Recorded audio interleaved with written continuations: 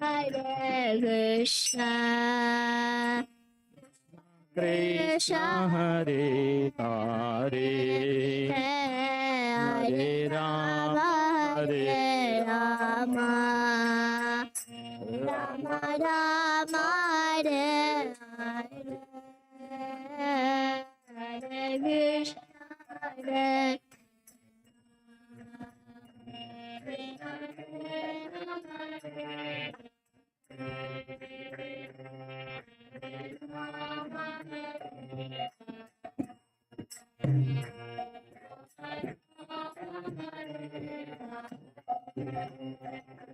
Jaya Radha Shyam Sundar, Jaya Radha Shyam Sundar, Jaya Radha Shyam Sundar, Jaya Shri Radhe Jaya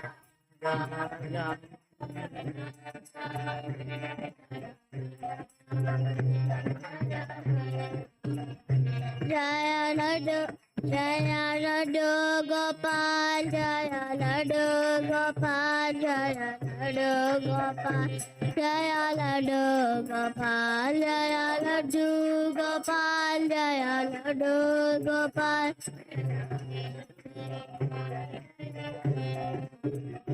Jaya Jaya Prabhupada, Prabhupada, Prabhupada, Jaya Jaya Prabhupada, Jaya Jaya Prabhupada, Prabhupada, Prabhupada, Jaya Jaya Prabhupada, Jaya Jaya Gurudev, Gurudev, Gurudev, Gurudev, Jaya Jaya Gurudev.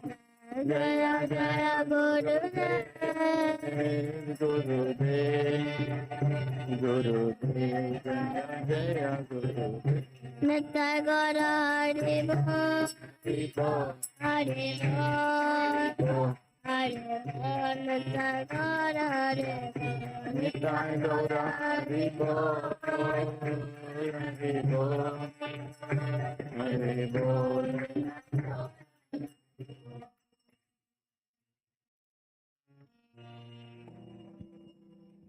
Thank you, Mira. Thank you, Mira, for the wonderful Kirtan. A quick introduction.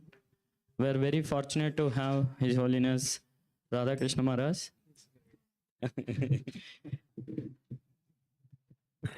So, a brief introduction about Maharaj. So, His Holiness Radha Krishna Maharaj is an initiating guru, monk, and spiritual teacher, primarily based in Houston. He travels all over the world, Australia, China, Hong Kong, Singapore, and America, giving talks on spiritual subjects from Bhagavad Gita and Srimad Bhagavatam. He is also an authority for Vedic studies in Texas area. With that, we will welcome Maharaj by loudly chanting one time Hare Krishna Mahamantra. Hare Krishna, Krishna Krishna, Hare Hare. Hare Rama, Rama Rama, Hare Hare.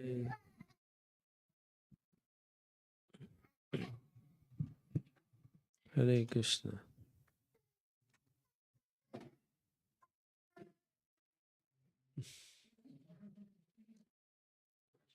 So we'll sing Jai Radha Madhava.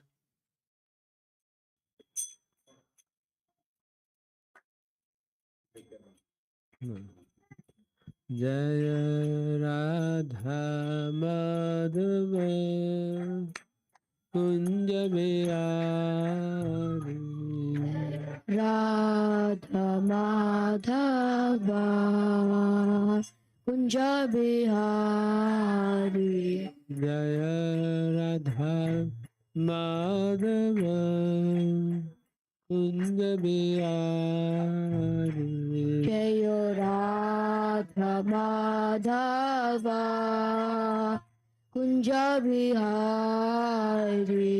Jaya Gopi Jana Vallabha Girivaradari Jaya Gopi Jana Vallabha Girivaradari Jaya Gopi Jana Vallabha Girivaradari Jaya Gopi Jana Vallabha Girivaradhari Yashodanandana Brajajana Ranjana Yashodanandana Brajajana Ranjana Yashodanandana Brajajana Ranjana Yashodanandana Brajajana Ranjana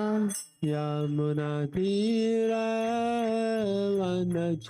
Vanachari Yamunatira Vanachari Yamunatira Vanachari Yamunatira Vanachari Jaya Radha Madhava Kunja Bihari Jaya Radha Madhava Kunja Bihari Jaya Radha Madhava Kunja Bihari Jaya Radha Madhava Kunja Bihari Jaya Gopi Jana Vallabha Girivaradhari Jaya Gopi Jana Vallabha Girivaradhari Jaya Gopi Jana Vallabha Girivaradhari Jaya Gopi Jana Vallabha Girivaradhari Yashodanandana Brajajana Ranjana Yashodanandana Brajajana Ranjana Yashodanandana Brajajana Ranjana Yashodanandana Brajajana Ranjana Yamunatira Vanachari Yamunatira Vanachari Yamunatira Vanachari Yamunatira Vanachari Jaya Shri Krishna Chaitanya Prabhu Nityananda Shri Advaita Gadadhar Srivasadi Gaura Bhakta Vrinda Shri Krishna Chaitanya Prabhu Nityananda Shri Advaita Gadadhar Srivasadi Gaur Bhakta Vrinda Jaya Shri Krishna Chaitanya Prabhu Nityananda Nityananda Shri Advaita Gadadhar Srivasadi Gaura Bhakta Vrinda Shri Krishna Chaitanya Prabhu Nityananda Shri Advaita Gadadhar Srivasadi Gaur Bhakta Vrinda Hare Krishna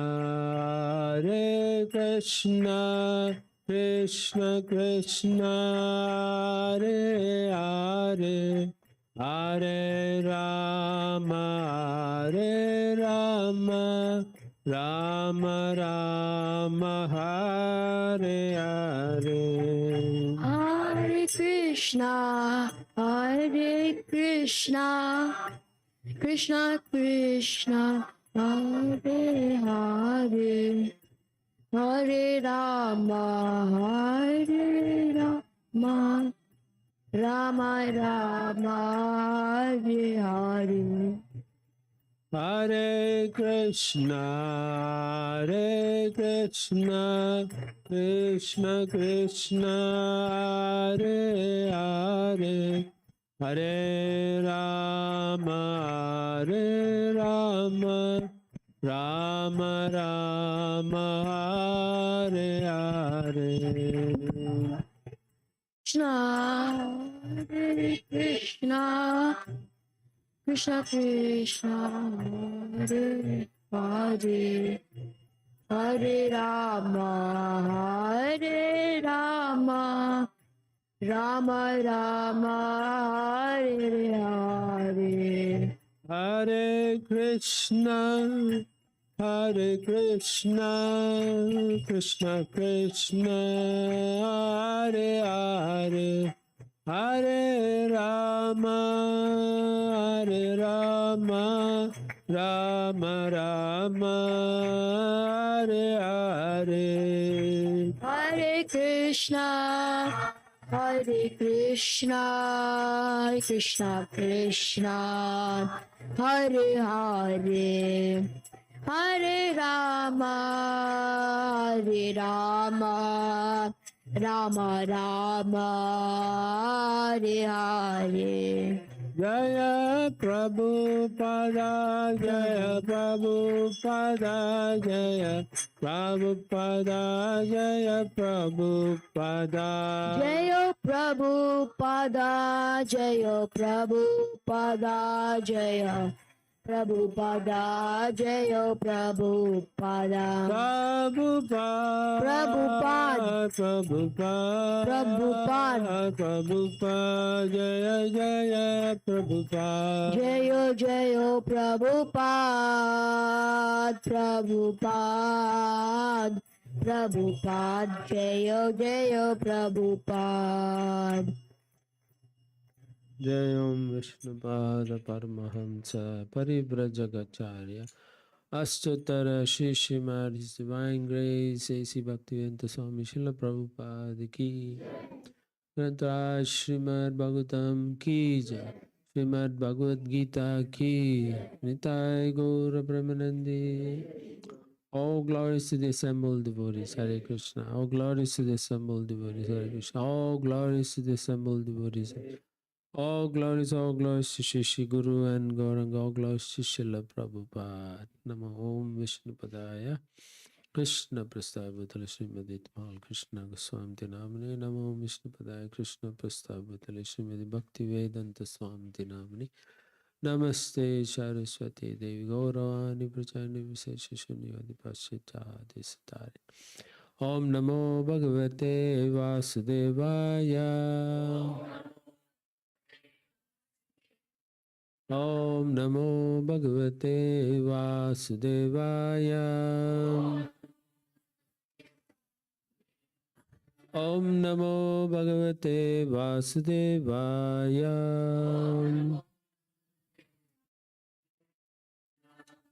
Hare Krishna.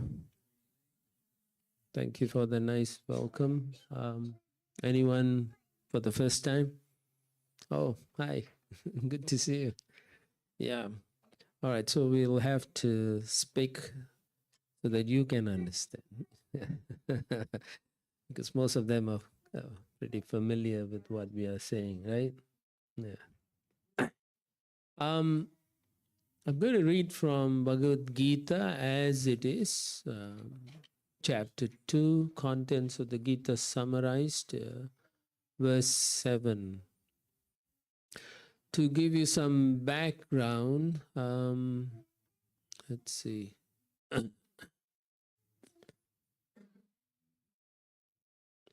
I guess your daughter is always going to argue, right?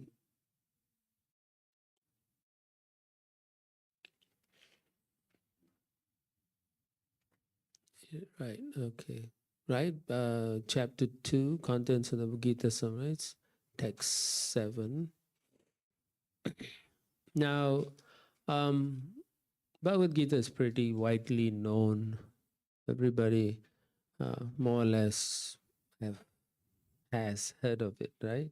I mean, I'm not sure about you. You do. Okay, good. That's one tick, we can say. It's actually found in a section on the greater book called the Mahabharata. There's an epic written by Vyasadeva called the Mahabharata. And in that, he comes to the section where there are two opposing parties, but they're actually cousin brothers.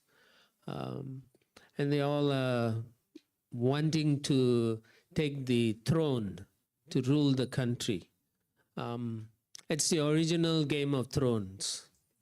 Okay, if you really want to know.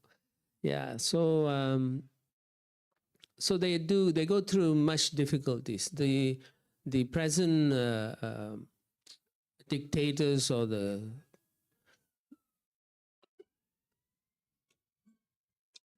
antagonists who are actually ruling the country are known as Kauravas. And then the so-called heroes, they are known as the Pandavas. So when originally the kingdom was ruled by the Pandavas, the father, King Pandu, he died much early when his children were very young. So then his brother took over the ruling of the kingdom, and he refused to give it back when the sons were older. And it set a scene where they tried to kill each other. And so the elder brother of the Pandu's elder brother is known as Dhritarashtra. He has a son who's very evil-minded, Duryodhana. So he does many schemes to kill his cousins. I just imagine, you have brothers and sisters, children, their children are trying to kill each other and you're watching. So it's terrible on one hand, but this is how it all started. And because one party was more into, you can say, too much liberal ideas, and they were into abuse of what religiosity was all about, they were considered not favorable for ruling the country or the kingdom. They didn't care about what is right and wrong. Whereas the other group, the Pandavas, they were favorable for religiosity.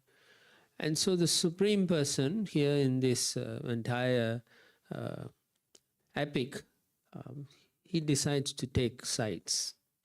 Normally, we think God should be neutral. But if it's not favorable for the advancement of the human consciousness, then we don't want that, actually. The whole idea behind advancing in one's spiritual consciousness is so that we understand our roles, what we are meant to do. Mostly in society nowadays, we are not taught what is your goal of life, what you should be doing. Everywhere in the world, actually, you go any of the countries, mostly they think if you have money, then you have made it, as they say in Texas, the man with the most toys wins, Yeah. So, but what's the point if you have so many things, so many toys, but at the end you can't play with all your toys at all the time, You can only play with one or two toys at most. So here we see also that when the Kauravas were always trying to plot to kill the sons of Pandu, they were protected by the Lord. And so when we wonder why is the Lord protecting one party and not the other party, then as I mentioned earlier, because one party is favorable for the establishment of religious principles, whereas the other party was opposed to religious principles. And so the Supreme Lord himself takes sides because of that. So sometimes people say, is it for real? If you pray, God will help you. Yeah, God will help those who help themselves. Yeah. But not if you go on a buffet table and help yourself. That's different. We're not talking about that. But in all cases, we find the Pandavas were very tolerant from the very beginning. Whatever injustice was thrown at them, they accepted it in the beginning. But at a certain point in time, they went against the norm. They said, enough is enough. We have tolerated, now we want what is ours. And so the eldest son of Dhritarashtra, the Kauravas, eldest king, Duryodhana, he said, I'm not even going to give you anything, not even a land on the head of a pin. I won't give you anything. So, and that when that was said, then the Pandavas said, okay, then we will meet in the killing fields or the war. We'll meet you at the Kurukshetra battlefield. And so they all agreed. And the Bhagavad Gita, as I said, is part of the Mahabharata. So it is spoken in the battlefield by the Supreme Lord to Arjuna, one of the sons of Pandavas, yeah. And throughout the history, Krishna tried to stop the war itself. But the Kauravas were in favor of fighting because they had larger number of forces. They had more manpower. They had like 11 to, the ratio was 11 to 7 ratio. So they were having the higher number count. So they were thinking, well, we can outnumber the other people. So we will go for war. Right? You take your bet, right? What is better? Okay, I'll take and I'll go with what I have. Yeah. Sometimes we make choices and then the choices can be favorable, but our choices can also become unfavorable. Even though we calculate very well, but still the outcome may be a negative outcome. So here the king, the young king, Duryodhana, decide to there's other intricacies which happen. And if you do read the Mahabharata, you understand why there was no choice but for them to go into battle. And so the Lord, in the middle of the battlefield, Arjuna, who's the one of the most very qualified warrior. So in the Vedic culture, warriors, soldiers, we call them Kshatriyas. Okay, that's a category, Kshatriyas. Not just because they take that as their job, but their lifestyle is like that also. And they have certain ethics, morals, and principles, and they live by that. Kshatriya means they use force to just make sure things are justly governed in society. Okay, not that they use force to unnecessarily cause problems. No, they use force so that people do not go out of religious principles. So Kshatriyas were like that, and so when they are about to fight, Arjuna, whose cousin brother, the Kauravas, he sees them and then he goes into some difficulty. He says, "Why am I fighting?" Right? Because he is by nature compassionate. And he's thinking, good people are always compassionate.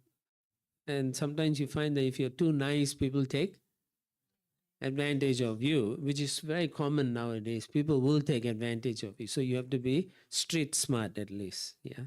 So you should protect yourself. But in those days, to be kind and compassionate is considered a very high quality. Nowadays, people don't respect if you are compassionate and so on. Yeah, it's like that. Things change. And so when he's about to fight, he tells Krishna, who decided to not fight in the battle, but he decided to be Arjuna's charioteer. And so he tells Krishna, please take me to the middle of the battlefield. I would like to see who on the other side, my cousin brothers, who are they? I want to look at them and see who are they willing to fight with us and die in this battle. Now, the other thing about the warriors, Kshatriyas, they're not afraid. They can be your own family members and they can be opposing you, but they're not afraid of dying. Okay, they're not afraid of dying. They feel honored to die in the battlefield. Like the Vikings, they feel that if you fight in the war, then you go to Valkyrie, right? So in the same way, the Kshatriyas were like, yes, with no problem, we'll fight. And so he wanted to see his cousin brothers. Right? So Krishna takes him to the middle of the battlefield, and there he looks and he sees all his cousin brothers, and he becomes very disappointed. He becomes very dejected. He becomes very unsure, is this the right thing to do? Is fighting the only answer? How will it benefit anyone? Wouldn't this create havoc? Now, although the ratio I said is 11:1, according to our Shastra and the Acharyas, the great teachers, they say there were approximately 650 million people there in the battlefield. So that's how many people were going to die. That's close to quite a big number. Almost more than 500 million people. Over an 18-day war, that's how many people died, according to Srila Prabhupada also. That's a big war. And in those days, the technology was far more superior. So the battle where they fought, they used mantras, and they used bow and arrow, and lances and spears. But they could evoke what we call nuclear weapons just by chanting and shooting arrows. So it required a lot of skill. And the generals were out in front fighting. Nowadays, the generals are staying in Pentagon under concrete, hiding, and so they're not real warriors. They don't have the heart to do it. These are cowards. So Arjuna, when he sees his cousin brothers, his family, his uncles, his in-laws, everyone, all these men he had known, he had grown up, and now they're about to fight and kill each other. So he's so disappointed and he feels really weak and he doesn't want to fight. And in that scenario, Krishna then reveals to him the purpose of what life is all about. So that's what the book Bhagavad Gita is. It declares very boldly 5 aspects of, or 5 important areas for us to consider. Who is God? Who am I? What's my position in relationship to God? What is this material world all about? What is this material energy? What is my reactions, my karma? What does it do to me? And then finally, how does time create all these possibilities and impossibilities? How does it move and churn, and thus we are sometimes happy and sometimes unhappy.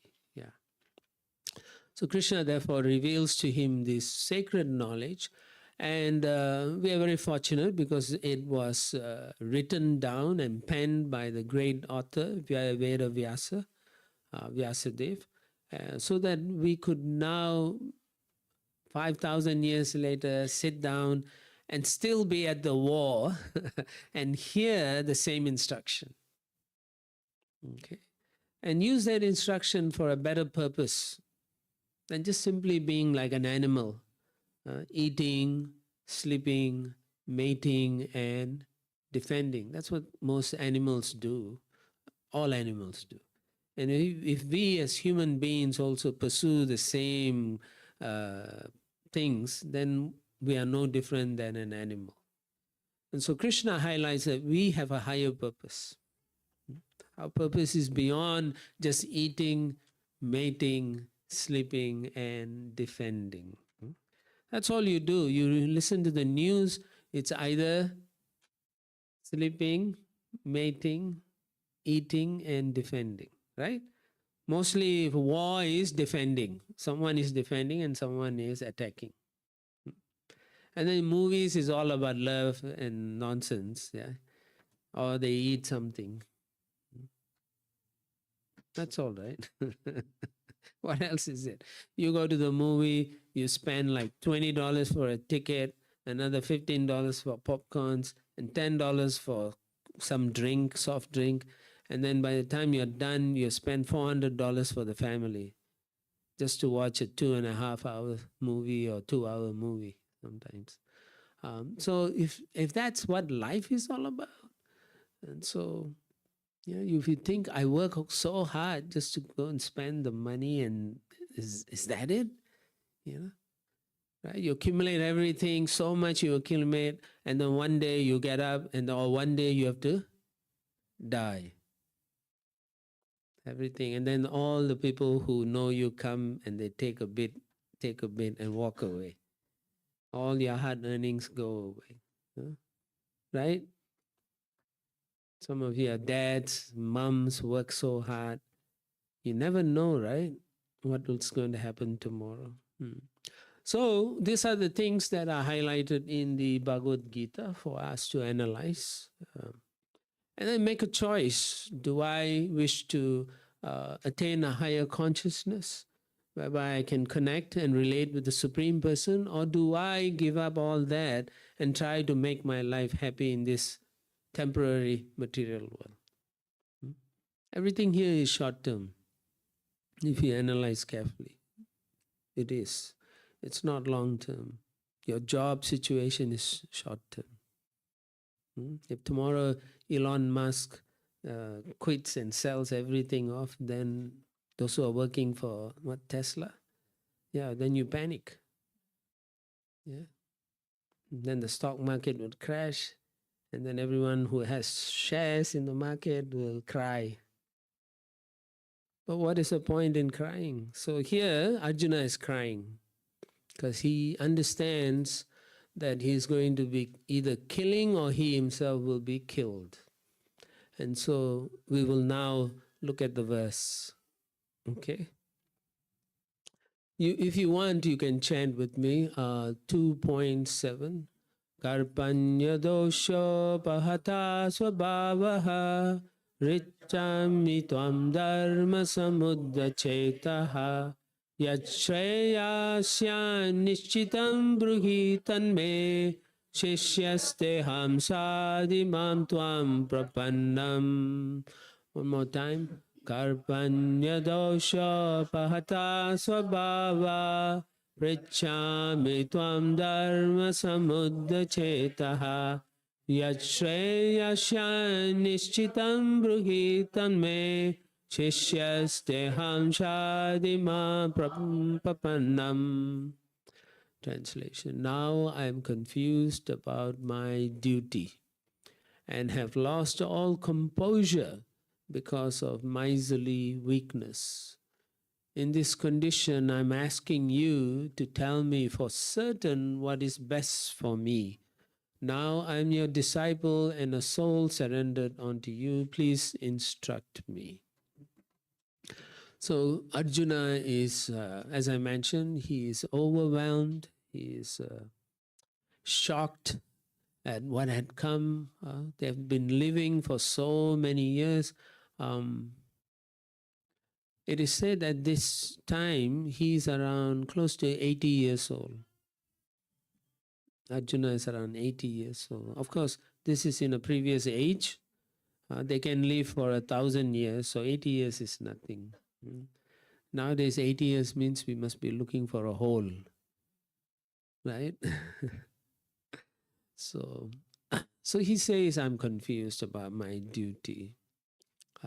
He's a warrior. He has a job to do. He's in the battlefield. He's meant to fight. But he says, I'm confused. Why is he confused? Because of all these perplexities he sees around himself. You know, killing my own family members. For what? For a land to rule? Is it really worth it? So he's thinking from a different angle altogether. And later on, Krishna will correct his vision, how to see things in the proper way. Okay? So we'll read the purport by Srila Prabhupada. Translation purport by His Divine Grace, A.C. Bhaktivedanta Swami Srila Prabhupada Ki. By nature's own way, the complete system of material activities is a source of perplexity for everyone. Right? You do not know exactly how things work in the world. Right? Scientists can, to some extent, tell you about the laws, and they'll say this is how it works and so on, to some extent. But actually, how karma works and so on, nobody can tell you. Why someone who's walking under a building dies because someone threw some furniture, and why another person walked, the furniture didn't hit them. Why it hit some person and why it did. So it's kind of perplexity for most people. In every step, there's perplexity. And therefore, it behooves one to approach a bona fide spiritual master who can give proper guidance for executing the purpose of life. Unless you know what is the goal of life, the purpose in life, you will always be confused one way or another, because you will have different priorities, or your priorities may not be in line with what the Supreme Person wants you to have. Okay? You don't want light? Oh, the fan. It doesn't work?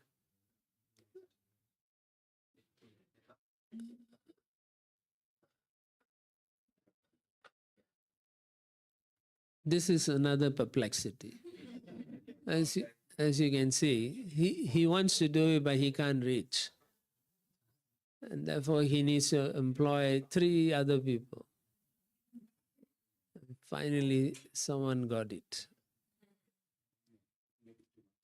That's okay.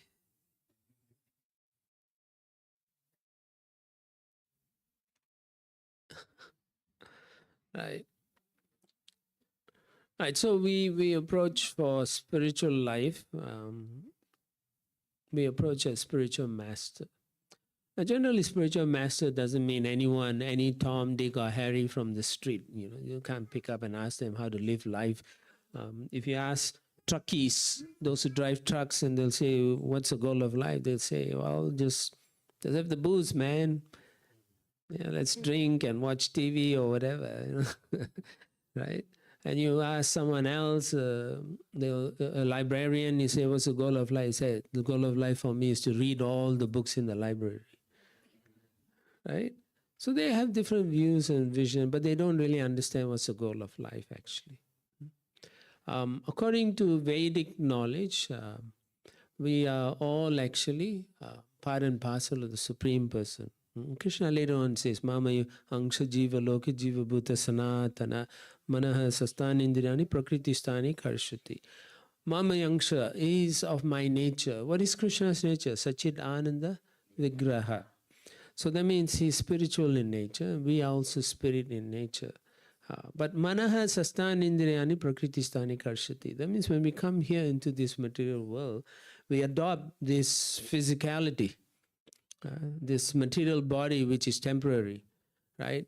Nowadays you read, people are trying to prolong or extend one's life. You know, there's a guy who's taking vitamins and hoping to be young forever, but he'll die anyway. Yeah, he may die looking young, but he'll die for sure. But that's a reality, you know. But when I say Sachit Ananda, that means we are actually spiritual nature. For a spirit, the spiritual nature is eternal. So therefore, actually we are eternal beings. That is one of the reasons why we are always hankering to live long. That's another reason why we want to live forever, right? If I were to ask you who wants to die, how many of you will put your hands up? Right? Exactly, yeah. So, because by nature we are eternal beings. And so, therefore, it is an incompatible situation for us to think of even giving up one's life.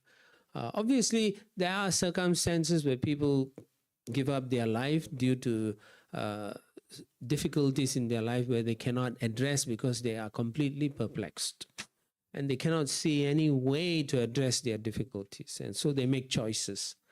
Just like each of you made a choice to come here, people also make choice to not come or do something else or even take their lives and so on. Of course, if you do take your life, then you, according to scriptures, you end up becoming a ghost. This, because we are eternal beings, so you cannot really kill yourself. If you have a body, there's a purpose to use the body, and if you don't use it properly, then you commit suicide or what, then you are forced to come back in a ghostly body for some time, and then later on you'll take birth again in a material body. Yeah, so to understand all these things, to understand how things work, how can we use the material energy so that we can propel ourselves to the higher conscious existence is what a spiritual master's position is all about. So in the world situation, Prabhupada says, they are like a forest fire that somehow blazes without being set by anyone. That means difficulties in life. They are like forest fire, right? Sometimes you read, right? Usually in California, there's forest fire, mostly. Not so much in Texas, right? Because Texas is more desert, no? Isn't it? No? Huh?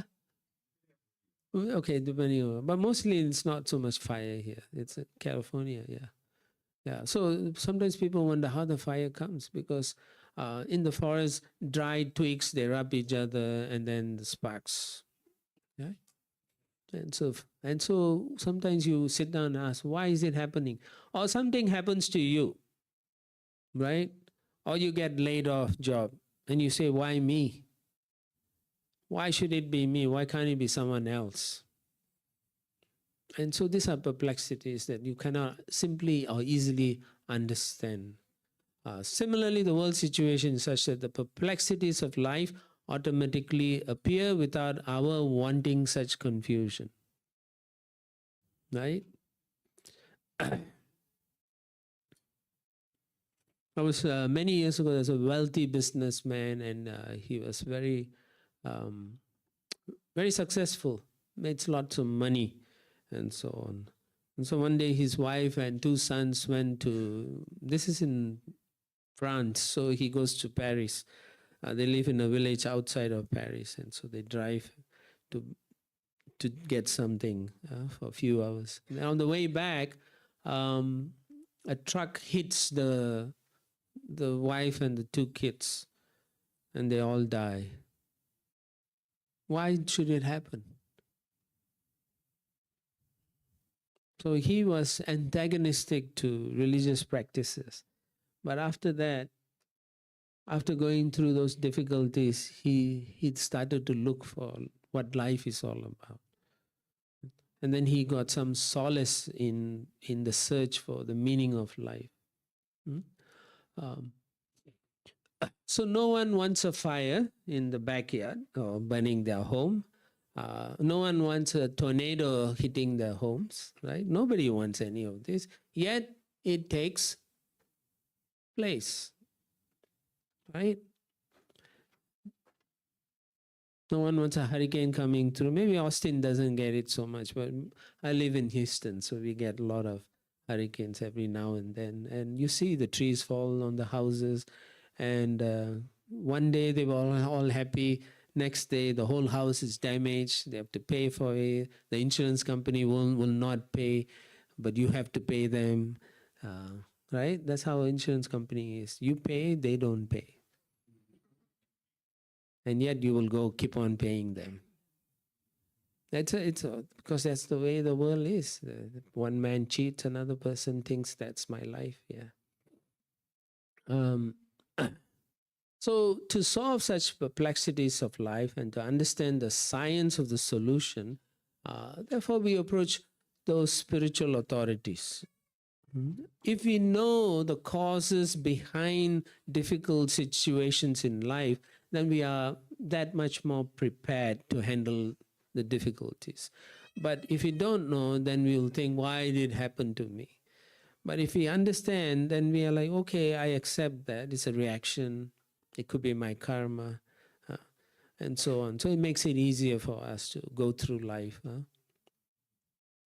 A person with a bona fide spiritual master is supposed to know everything. One should not, therefore, remain in material perplexities, but should approach a spiritual master. This is the purport of this verse. Okay, this is what the whole idea of Arjuna saying, I don't know what to do. I want you to guide me now. Krishna, please instruct me. That's what he's saying.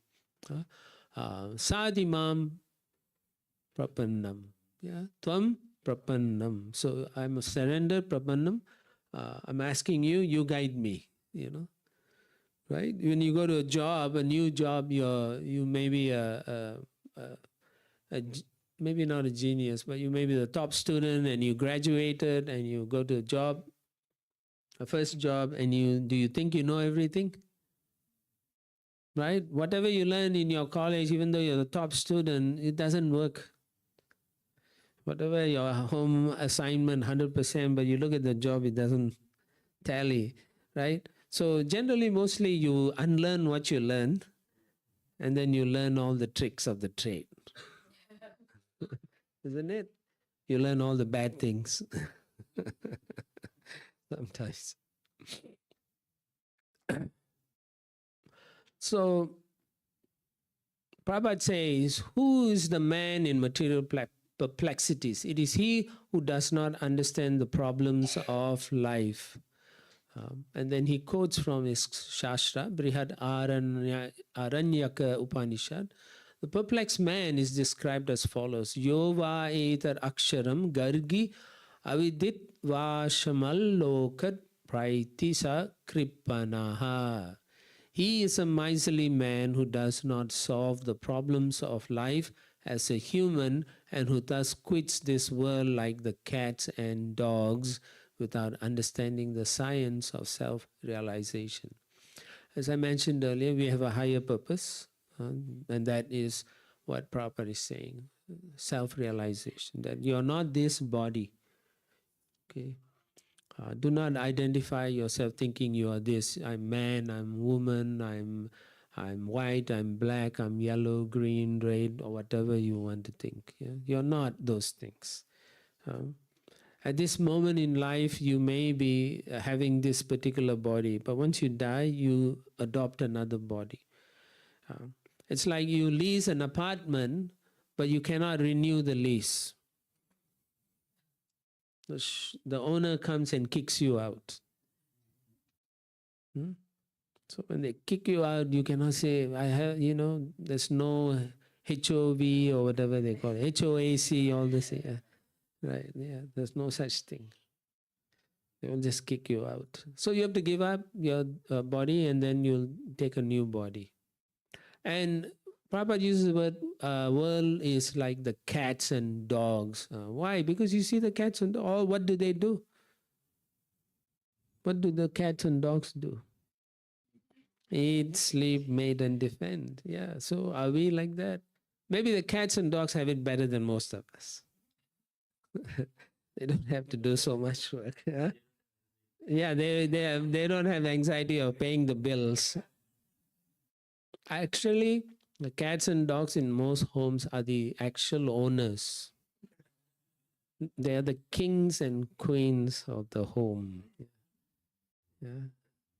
In some places, I remember many years ago, I was walking in Taiwan in a street, and there were so many streets I was walking, and every part they had parlors for the cats and dogs, grooming facilities, and so on. I'm like, what is happening here?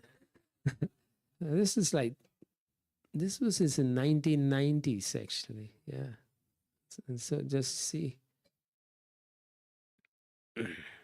So we should understand our purpose.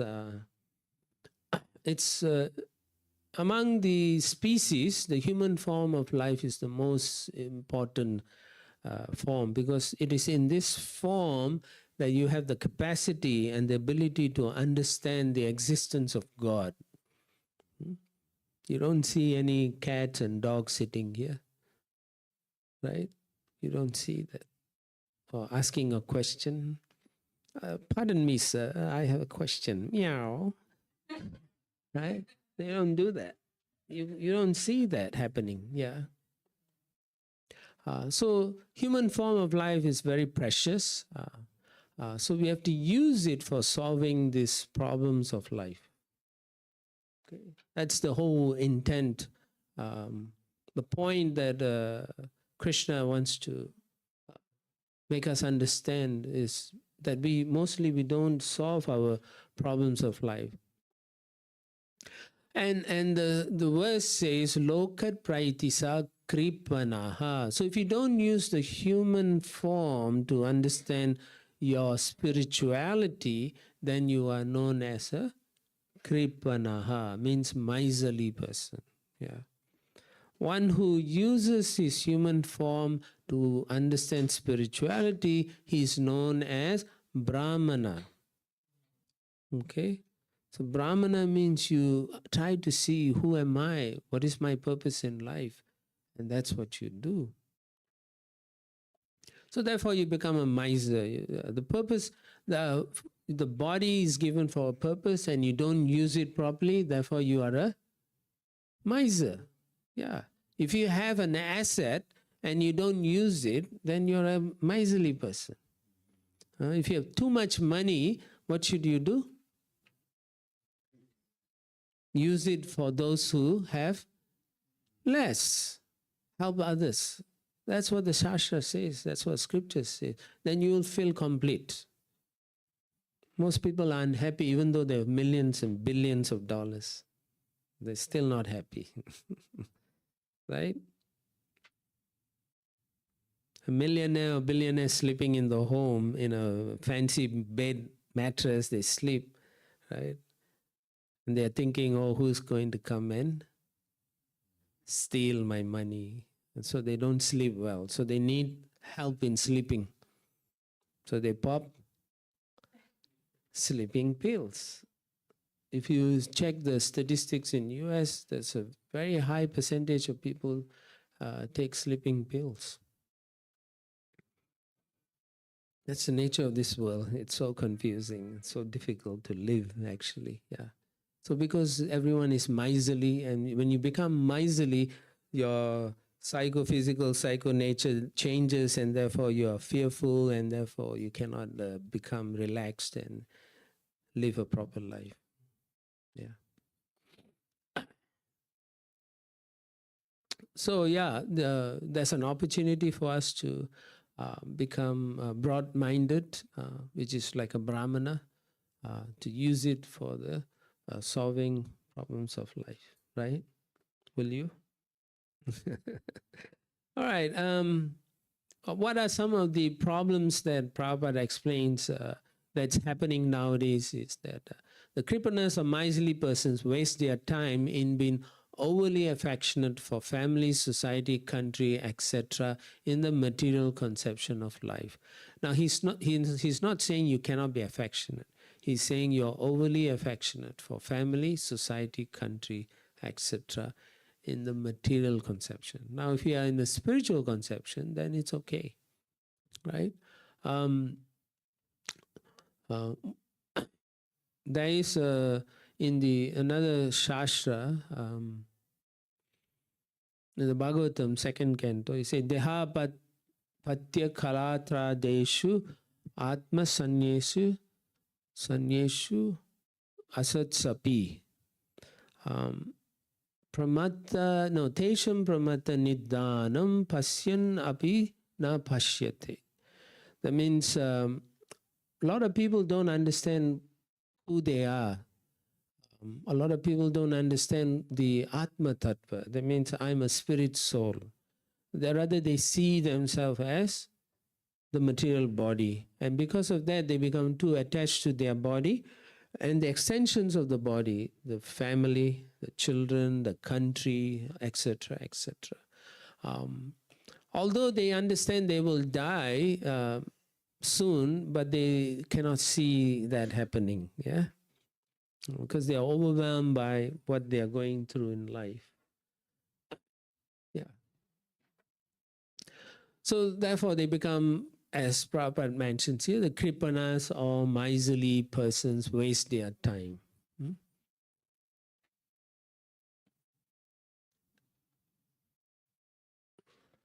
One is often attached to family life, namely to wife or husband, children, and other members on the basis of skin disease.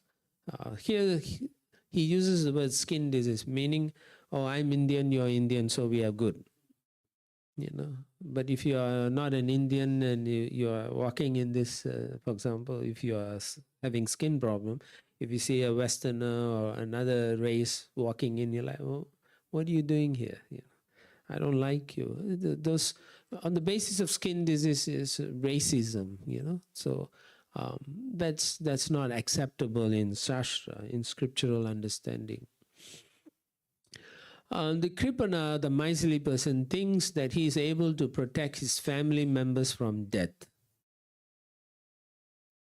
So everyone thinks, actually mostly people don't want to think that they are going to die, right? Then people accuse us, you guys are very pessimistic.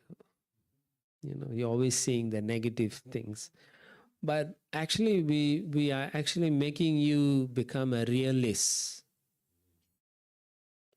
You know, this is a real thing. You know, most people want to avoid the inevitable. But we are trying to awaken you to understand that this is going to happen. So what are you doing about it? How are you preparing for death? So that's the whole idea behind one advancing in spiritual life. So we prepare so that at the time of that, we can at least remember the spiritual activities that we do and not the material activities. Otherwise, if you think of material things, like say, if you think of your pet dog, they give dogs all human names, you know, nowadays. Albert, Joe. So. But when it comes to cows, they don't give that name. Anyway, yeah. So, so in the time of death, if you're thinking of your dog, Krishna says, Yam yam vapi smaran bhavam, tyajite ante kalevam, tam tam evati konte sada tad bhava bhavitaha. Whatever you remember the time of death, that is what you'll take birth as.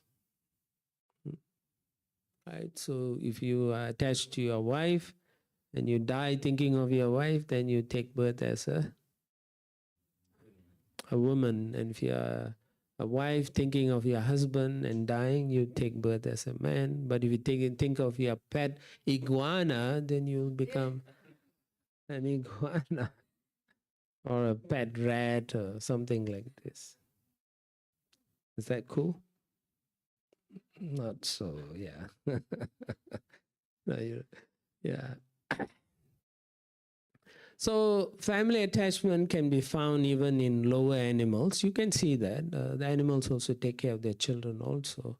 But here, Arjuna, Prabhupada says, being intelligent, Arjuna could understand that his affection for family members and his wish to protect them from death were the causes of his perplexities. Because the war cannot be avoided. He's going to kill them, or they're going to kill him.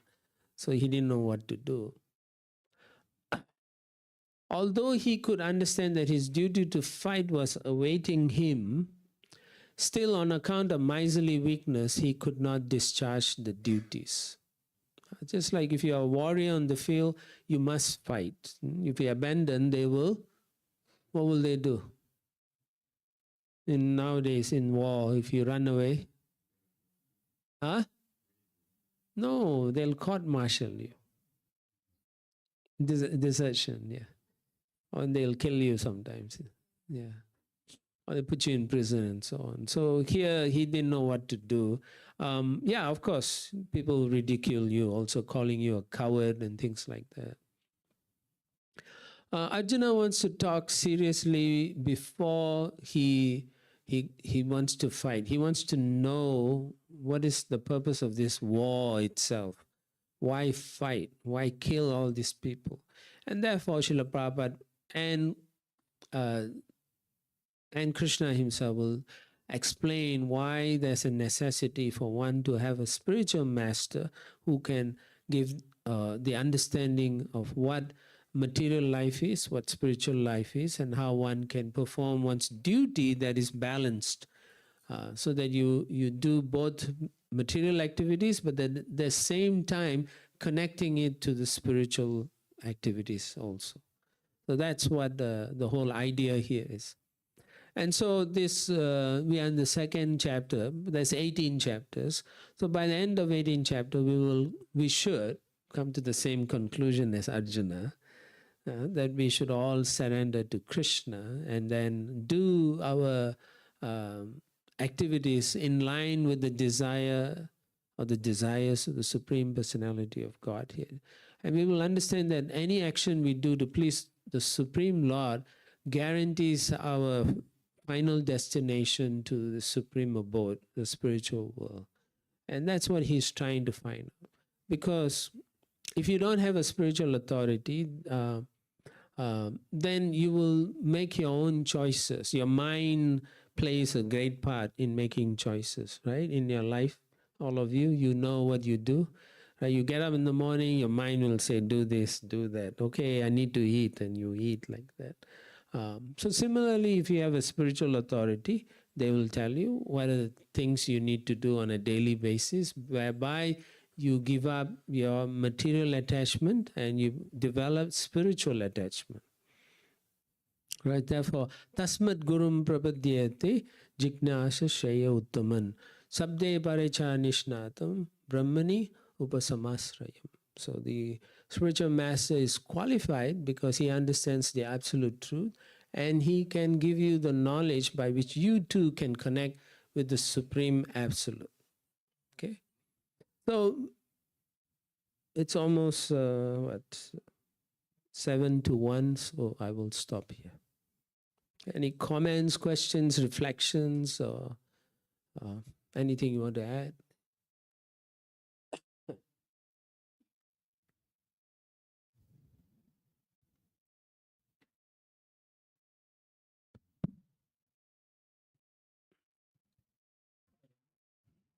Kirtan. Oh yeah, there's a devotee there. Is there any reason why Krishna didn't take a side on, as he is himself is a warrior and a prince? Like Actually, he took side. No? he took a He side. didn't fight. Yeah, he didn't fight. Yeah. I explained earlier. Oh.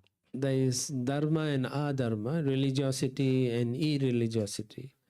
So Krishna is a person who will uphold religiosity. And so he cites the Pandavas who are more religious. Yeah. I mean, the reason to not fight in the war, like That, why Krishna didn't fight. He said, either I fight or not.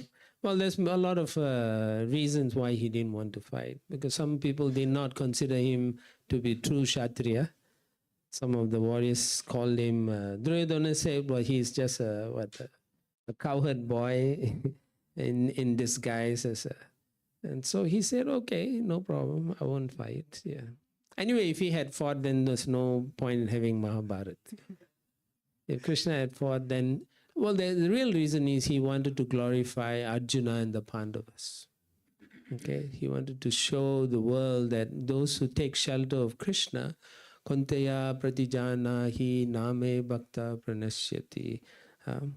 declare boldly, Arjuna, that my devotees never perish. Yeah.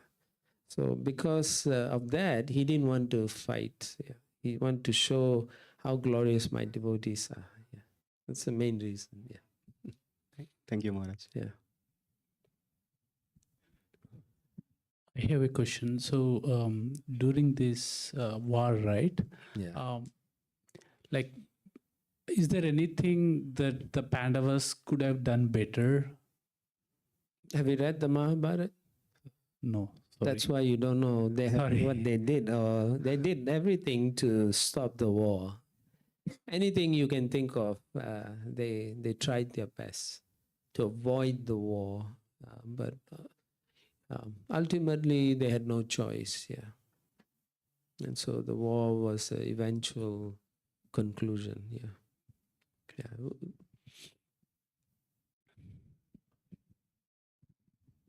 Yeah. Hare Krishna Maharaj, thank you for the wonderful lecture. I have a question around Krishna says that whatever you think about, you're going to be, whatever spiritual knowledge that you're going to be gaining in this life, you're going to continue from that point, like you're not going to lose that. Mm-hmm. So, what about association of devotees? What I mean is, like, with the association of devotees only we can keep our spiritual knowledge. Yes. Otherwise we lose it. So how do we, when we go to the next life, how do we know that we would have that? Because there is a possibility that we might, even though we have the spiritual knowledge, we can probably lose all that. Well, in the 6th chapter, Krishna says, Suchinam Srimate Gehe. Those who practice for a short period of time, they will take birth, Krishna says, in a wealthy family and practicing aristocracy, yeah, and some Vaishnava families. But those who practice for a long time take birth in a transcendental family. So you will be sent to a family where you will somehow or other, by the mercy of the Lord, we become reattached to the process again. Yeah, he will arrange for it. Yeah. I was just thinking from the point of view from Prahlad Maharaj, Yeah. he was a very good devotee, but he was in the midst of so many asuras. He was in the midst of so many asuras. Yeah. He was a very great devotee. That's why he was able to overcome all that difficulties. But I was just thinking like a layman, You're thinking about Prahlad. Yeah. Anyway, you shouldn't want to take birth in the asura family. Yeah. So what you want to do is you practice nicely now, so you don't need to take birth in asura family. Yeah. Prahlad also might have not done anything bad, but he's put in that situation. Some of the things you need to understand is when you read the Puranas and so on, it is for our growth in spiritual life to know that amazing devotees can also take birth in different scenarios. So Krishna can send some devotees in this country, that country, and so. So the possibility is there. Yeah, and also it is also a benediction by Kashyapa Muni to his wife also, that when she was shocked that her 2 sons will be demoniac, Kashyapa Muni promised her that one of the sons a grandson will be a pure devotee. Yeah, so that's benediction there, and also it's a desire of the Lord to send one of his devotees to take birth in that family, so that through that devotee he could punish Hiranyakashipu. So the plans of the Lord is there. So yeah, but you shouldn't worry. Yeah, thank you. You should continue with your association, chant nicely, and don't come back. Thank you.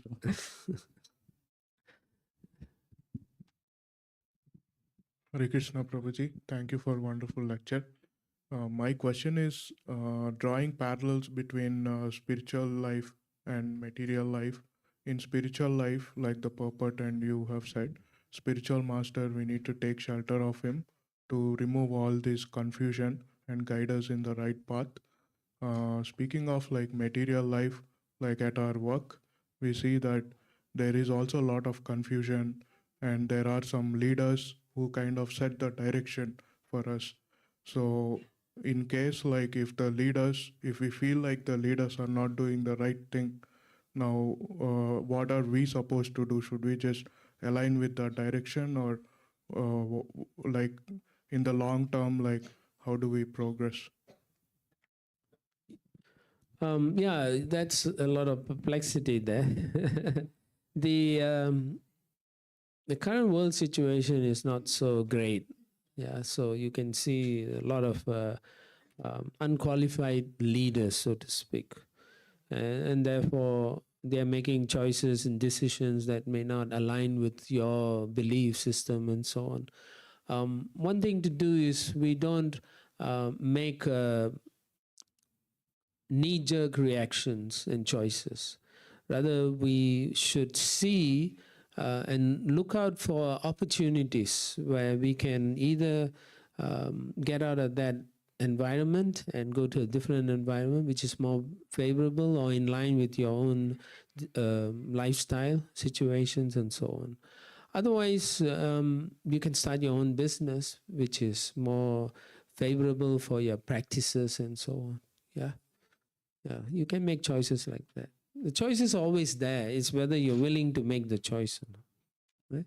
You cannot blame someone like that for your difficult lifestyle. You have choice to get out of that, right? Even when someone puts a gun on your head and say, do this, you have the choice to do it. Still, yeah. Yeah. So, is that all right? Okay. Maharaj, Hey, Haribo. thank you for a wonderful lecture. One question came to my mind. I just remembered it. I had it before. I never had a chance to ask. From few places, lectures, and I read somewhere of devotees and acharyas, I heard that Kali Yuga not necessarily should be last 485,000 years in a certain circumstances. So can you elaborate on it? It could be shorter. What event or how that dynamic of progression of Kali Yuga may go in order to make it like short. Shorter? I don't know if we on that one. The only way you can make but it short is you get out of this place. yeah. Yeah. It's okay. In the Bhagavad Gita, in the 8th chapter, you will see Krishna explains how these ages go through different phases. There's the golden age, then you have the silver age, then you have you can say bronze age, and then you have the iron age. Yeah. So in the golden age, lifespan is 100,000 years, but then it's mainly for practicing yoga and meditation. So you need a longer time to focus. Yeah. But it is approximately 1.7 million years. The golden age, Then the next age is about 1.3 million years, and then 800 million years, 860, 864, and then 432 is Kali Yuga. So we've only gone through 5,000 years only. So there's a long time to go after that. Yeah. So it's not going to get any shorter. The way we shorten that is we get out of that cycle. If you remain in the cycle, then you have to go through all the difficulties and so on. Yeah. But if you get out, let's say, okay, another way is you go to the heavenly planets, okay, which is still in the material world, and you spend 100 years there, which is approximately 10,000 years here.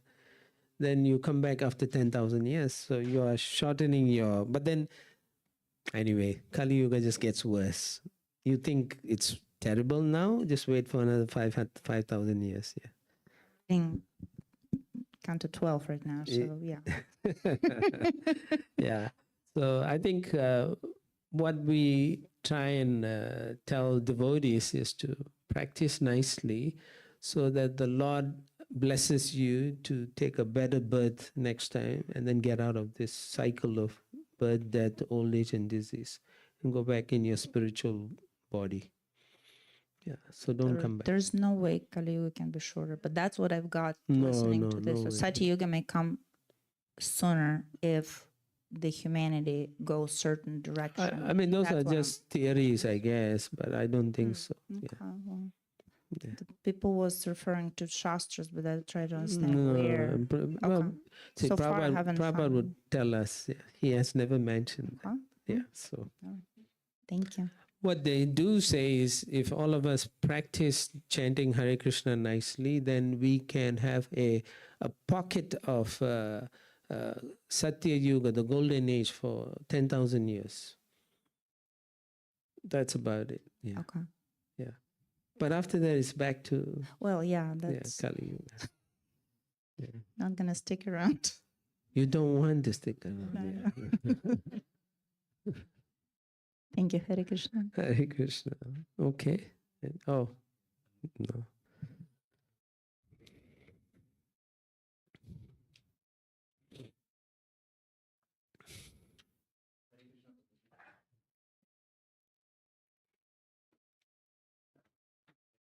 Hare Krishna Prabhuji. My question is when one should think that he's ready to surrender in front of spiritual master. Like right now I'm doing all these things, but I'm unsure that am I ready to surrender to spiritual master? What if I don't obey all the things which he asks us to do, and what if I miss to do all these things? It scares me. So what is the right point one should know that he's ready to surrender unto the spiritual master or Guruji? It's a nice question, but there's many things in life you made a choice, right? Like going to college, universities, getting a job, accepting a job. All those you could have made the same things or think the same way. What if I don't follow my boss's instruction? Why do you follow the boss's instruction? Because I think always there's been someone who's guiding you, right? In this, if your family doesn't come from that background, it's on you. And what scares me personally is right now I'm doing all these things, but what if I don't follow, and what if I don't follow and something wrong happens? Because I've heard this thing that if you don't follow as your guru mentions and as your guru says, then it will lead you to very worse path rather than not having guru and not following it. Generally, you take up spiritual life when you are convinced. Once you are thoroughly convinced, you won't go against those things, right? So you should ask yourself, is this for real, that you believe this, you are willing to do that? And then everything is secondary. What you need to understand is you are spirit soul, spiritual. So material things are temporary and secondary. So therefore, they should not have any reason for you not to practice your spirituality. You understand? So therefore, for you to ask that question means you're not ready. But why not become ready? Why are you still identifying with matter, which is temporary? So become convinced. How do you become convinced? Get good association. Chant more, chant nicely. Pray to Srila Prabhupada. Pray to the deities. Ask them to give you good intelligence and direction so that you can make the decision. Right? Because it's your choice. I can't say, yes, do it, and then you can't do it. Yeah? Yeah. Sometimes we will coax, we will push people a little bit, but we don't force. Yeah. Yeah. But you have to be convinced in your heart that this is it. I want to do this, and once you make a choice, you don't go back. Yeah, that's right. No regrets. Yeah. So do your research. That's like you will accept a job, right? Don't go just because they offer you the money. Do the research and see if it's a good environment to work. So same way, is this what you want? Yeah. All right. I think we can stop now. Yeah.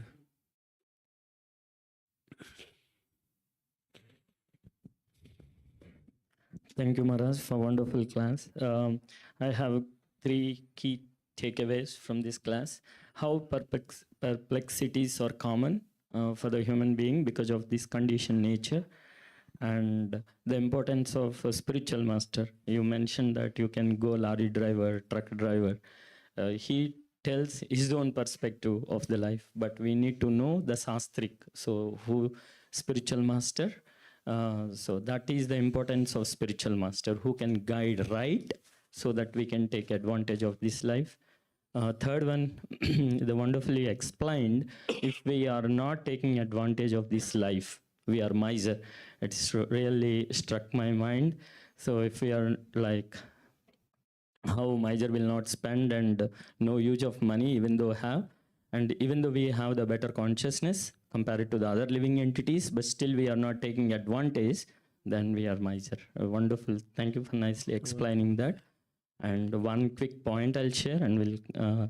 So yesterday we went for the book distribution. So one of the couple came and checked. She listened to the class, one of the YouTube class, a short one, and it is mentioned that the end of the life, whatever she remembers, then that life she gains. It really stuck her, and she said that that is from ISKCON Guru only. So I want some books. Let me tell me which books I need to apart from along with Bhagavad Gita. Then I gave Saptarishi said. So the point why I'm mentioning that like associating with that class would change her without we telling. She only came and took the advantage of it. Thank you, Maharaj, for enlightening us with these powerful instructions. We'll show our gratitude by loudly chanting one time Hare Krishna Mahamantra for Maharaj. Hare Krishna, Krishna Krishna, Hare Hare, Hare Rama, Rama Rama, Hare Hare. Thank you. We'll all move on to the our temple room. We'll